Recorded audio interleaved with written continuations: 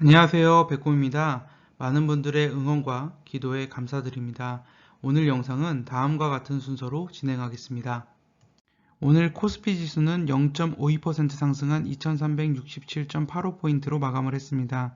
지수가 바닥을 다진다고 확신할 수 없지만 종목별로 강세가 시작된 종목들이 많고 깊게 하락한 종목들에 대해서도 바닥을 지키려는 시도를 하고 있는 것으로 보입니다.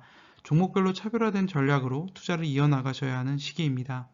코스닥 지수도 1.12% 상승한 760.35포인트로 마감을 했고 상승 종목이 월등히 많은 시장이었습니다. 코스닥 시장도 마찬가지로 지수는 많이 하락한 상황에서 종목별로 차별화된 투자 전략으로 투자를 이어나가야 합니다. 단기간에 급등한 종목이 시세 초기 단계라면 흔들림에 매수를 할 수도 있고 아직 출발하지 못한 저평가 종목이라면 매수를 시도해 볼 수도 있습니다. 하지만 이미 많이 상승해 단기 급등이 나온 종목이라면 눌림목을 기다리거나 다른 종목을 찾아볼 수 있습니다. 주주나 관심 종목 리뷰 보고 가겠습니다. 먼저 조광페인트입니다. 투자가 어려운 부분은 개별 종목을 발굴하고 또 보유하는 일입니다. 누구나 빠른 시간에 좋은 수익을 올려 큰 돈을 벌고 싶어 합니다.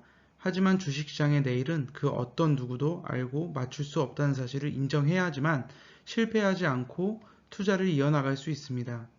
누군가 이 종목 며칠 있으면 엄청나게 올라갈 거야 라고 하면 귀가 솔깃해지고 당장 매수를 해야 한다는 생각이 듭니다.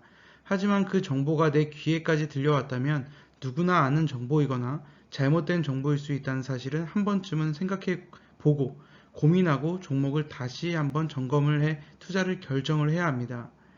저는 개인적으로 종목을 발굴하고 연구하고 매수를 해나갈 때 이 종목이 언제 어떻게 상승을 보여줄지는 전혀 알지 못합니다. 다만 이 기업이 어떤 일을 하는 회사인지, 매수할 가치가 있는 종목인지, 기업의 가치와 주가를 비교하여 저평가 상태로 거래되고 있는지, 상승 여력이 충분히 남아있는지 등 많은 부분을 고려하고 고민하여 매수를 해나갑니다. 시간이 지나 충분히 상승 여력이 있는 기업이라면 매수 당시 적자라고 해도 크게 상관없습니다. 조광페인트 역시 매수 당시 적자였던 기업입니다. 참 많은 분들이 걱정하고 또 질문을 했던 기업이었습니다.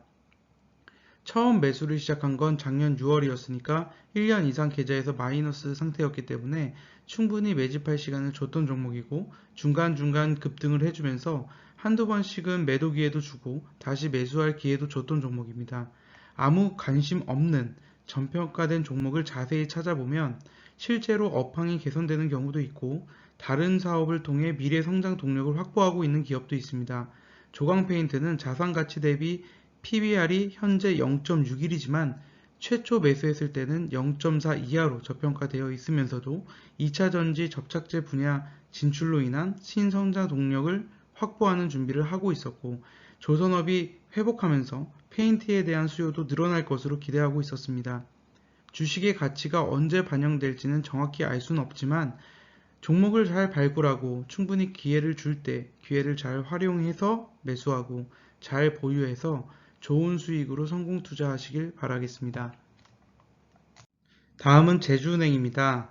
제주은행은 상승할 때 보면 정말 멋진 한방이 있습니다.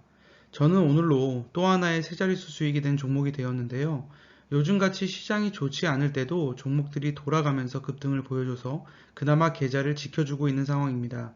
이수화학이 출발을 시작해 제대로 된 수익으로 자리를 잡아주더니 오늘은 제주은행이 제대로 급등을 보여주었습니다. 제주은행은 작년 3월 만원이 넘어갔을 때 개인적으로 반절을 매도해서 원금은 확보해 놓은 상태에서 나머지 수량은 완전한 시세가 끝나지 않았다는 판단에서 보유하고 있었던 종목입니다. 투자를 할 때 완전한 시세가 끝났다고 판단이 드는 종목은 전량 매도로 수익 실현을 하지만 갈 길이 남아있다 판단되는 종목들은 분할 매도로 일정 부분은 수익 실현을 해두고 일정 부분은 더 좋은 수익을 누리려고 보유하기도 합니다. 물론 깊은 눌림목을 활용하여 추가 매수로 대응하기도 합니다. 종목별로 살펴보면 한 번의 급등과 두 번의 급등의 수익률은 확연히 달라지는 것을 느낄 수 있습니다. 수익을 극대화하기 위해서는 상승 초기 단계에서 지루함에 지쳐 매도로 종목을 포기하기보다는 이제 막 출발하는 종목이라 생각해서 조금 더 보유해 본다면 더 좋은 수익을 누릴 수 있습니다. 사실 마이너스 종목을 장기 투자하는 것보다 올라가는 종목을 계좌에 계속해서 보유하는 것들이 힘든 일입니다. 수익을 주기 시작하는 종목이 너무 매도하고 싶다면 꼭 분할 매도로 일정 부분은 더 좋은 수익을 보시길 바랍니다. 다음은 성광밴드입니다. 태조 이방원이라는 명칭까지 나오면서 조선 수주에 대한 기사로 인한 기대감이 크게 작용했고 단기간에 100% 이상 상승을 하면서 큰 상승을 보여주었습니다.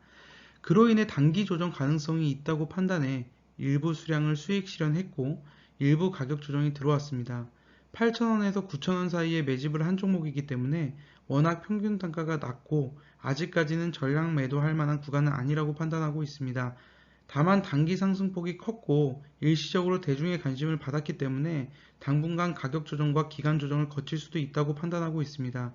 조선 수주가 실제로 늘어났고 이것이 반영되는 데에는 상당한 시간이 소요되기 때문에 급하게 생각하지 않고 조금 더 보유해 볼 생각입니다.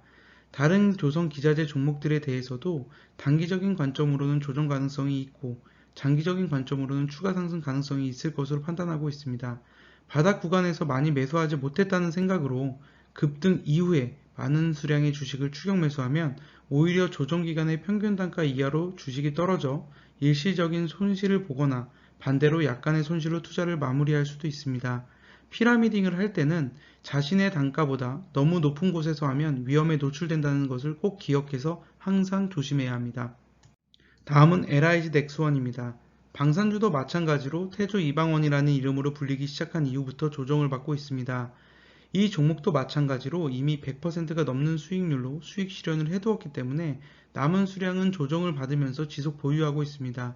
최근 시장이 안 좋은 상황에서도 불구하고 우크라이나 전쟁으로 인한 주변국들에 대한 무기 수출 기대감과 실제로 계약 체결에 대한 뉴스가 나오면서 단기간에 주가가 급하게 상승했습니다. 이렇게 호재가 나오면서 단기간에 주가가 급등할 때는 일단 경계해야 하는 신호입니다. 주가가 싸게 사서 비싸게 팔아야 하는데 쌀 때는 이슈가 없고 관심을 받아야만 비싸지기 때문에 비싸졌을 때는 팔기 좋은 가격이지 사기 좋은 가격이 아닙니다. 물론 아직까지도 일부 보유하고 있기는 하지만 단기간의 조정은 충분히 견딜 수 있는 평균 단가이기 때문에 마음 편히 보유하고 있는 종목입니다. 처음부터 전쟁이 아닌 UAM과 같은 미래의 산업에 대한 기대감으로 매수를 했기 때문에 일부는 장기적으로 보유해 보려고 하고 있고 만약 충분히 조정을 받는다면 추가로 매수할 수도 있겠지만 상황에 따라서 판단이 달라질 것으로 보입니다. 다음은 삼진제약입니다. 삼진제약은 아주 오랜 기간 횡보하고 있는 모습입니다. 하지만 현재같이 시장이 안 좋은 상황에서는 횡보하고 있는 가치가 있는 소외주들을 골라서 사보는 것이 오히려 안전할 수 있습니다. 하나제약의 지속적인 지분 매입으로 인해 1대주주와 2대주주의 지분 차이가 크게 나지 않고 있어 어제 경영권 분쟁에 대한 우려가 나오면서 주가가 급등했지만 하루 만에 다시 잠잠해지는 모습입니다. 중요한 것은 이러한 이슈가 아니라 지금 현재 투자할 만한 가치가 있느냐는 것이 가장 중요한 문제인데 다행히도 삼진제약은 아직 매수해 볼 만한 가격대이고 만약에 이슈로 인해 주가가 급등해 준다면 매도할 수 있고 그렇지 않는다면 보유할 만한 가치가 있다고 생각합니다. 주가를 판단할 때 가장 중요한 것은 재료가 아니라 회사의 가치와 현재 가격인데 항상 가치에 대한 판단을 먼저 하지 않고 이슈에 대한 판단만 갖고 투자를 한다면 언제든 위험에 직면할 수 있습니다. 주식은 매수하고 나면 무조건 매도를 해야 합니다. 따라서 매수 결정을 할 때는 신중하게 결정하고 그 결정이 단기간에는 틀린 결정일 수도 있겠지만 장기적인 안목으로 맞는 결정이라는 확신이 들 때는 충분히 기다려주는 인내심이 필요합니다. 다음은 현대건설기계입니다. 현대건설기계는 이번 시장 하락으로 다시 한번 깊은 조정을 받았습니다. 앞으로 원전 수출과 신흥국의 인프라 투자, 우크라이나 종전 이후 재건 사업으로 건설기계 업황이 좋아질 수 있다고 판단하고 있습니다. 현재는 자산가치와 이익가치로 볼 때 아직까지도 저평가 구간에 있기 때문에 기대감이 바로 현실화되지는 않는다고 하더라도 충분히 매수할 만한 가치가 있다고 판단해서 공개했던 종목입니다. 물론 바로 기대하는 호재가 현실화되지는 않는다고 하더라도 현재 가격은 저평가 구간에 있기 때문에 지속 관심 갖고 있는 종목입니다. 주가도 가격 조정을 충분히 받은 상황에서 기간 조정도 어느 정도 받았다는 판단이 들고 이제 방향성을 정해줄 것으로 예상됩니다. 주주나의 관심 종목은 참고 자료이며 투자의 책임은 본인에게 있습니다. 신중하게 투자하세요. 투자를 강요하거나 권유하는 채널이 아닙니다. 시간이 없어 종목 분석이 힘든 분들께 조금이나마 도움을 드리고자 만드는 자료입니다. 오늘 함께 공부해 볼 종목은 스카이라이프입니다. 스카이라이프는 위성방송 서비스 목적으로 설립되어 유료방송과 인터넷, 알뜰폰 사업을 영위하고 있고 자회사를 통해 콘텐츠 제작 및 유통도 진행하고 있습니다. 최근 ENA 채널을 통해 우영우, 신병, 나는솔로 등 다양한 콘텐츠를 성공적으로 런칭하며 ENA 채널의 가치를 높이고 있습니다. 최근 현대 HCN과 합병을 완료해 유선방송 1위 사업자가 되었고 KT의 콘텐츠 자회사 스튜디오 지니와 스카이라이프 자회사 스카이TV는 합병 예정으로 합병 후에는 스카이라이프를 통해 지배하게 돼 KT의 콘텐츠 사업의 천병이 될 것으로 판단됩니다. 스카이라이프의 PBR은 0.5, PER은 6.6으로 저평가 상태에 있습니다. 또한 ENA 채널의 성장이 예상되고 현대 HCN과의 합병 이후 마케팅 비용 증가로 매출에 비해 이익이 크게 늘지 않았지만 정상화된다면 이익도 증가할 수 있는 발판을 마련하고 있다고 판단됩니다. 스카이라이프 하면 모두가 예상하는 원판의 위성방송을 떠올리면서 오히려 주가는 크게 관심받지 못하고 있는 것으로 보입니다. 상장 후 지속 떨어지면서 주가가 10분의 1토막까지 떨어졌습니다. 투매 이후 일부 반등했지만 현재도 주가는 지지부진한 상황을 이어가고 있습니다. 스카이라이프를 관심 갖고 공부하는 이유는 주가는 소외되어 저평가되어 있지만 앞으로 콘텐츠 분야의 성장 가능성이 있고 유선방송 1위 사업자로서 확보된 고객의 가치가 주가에는 전혀 반영되지 않고 있다고 판단하고 있습니다. 모회사 KT와 같이 이익이 늘어나고 적극적인 주주 환원 정책을 펼쳐준다면 서서히 주가가 저평가 구간을 벗어날 수 있을 것으로 기대합니다. 영상이 도움이 되셨다면 구독과 좋아요, 알림 설정 꼭 부탁드립니다. 오늘도 시청해주셔서 감사합니다.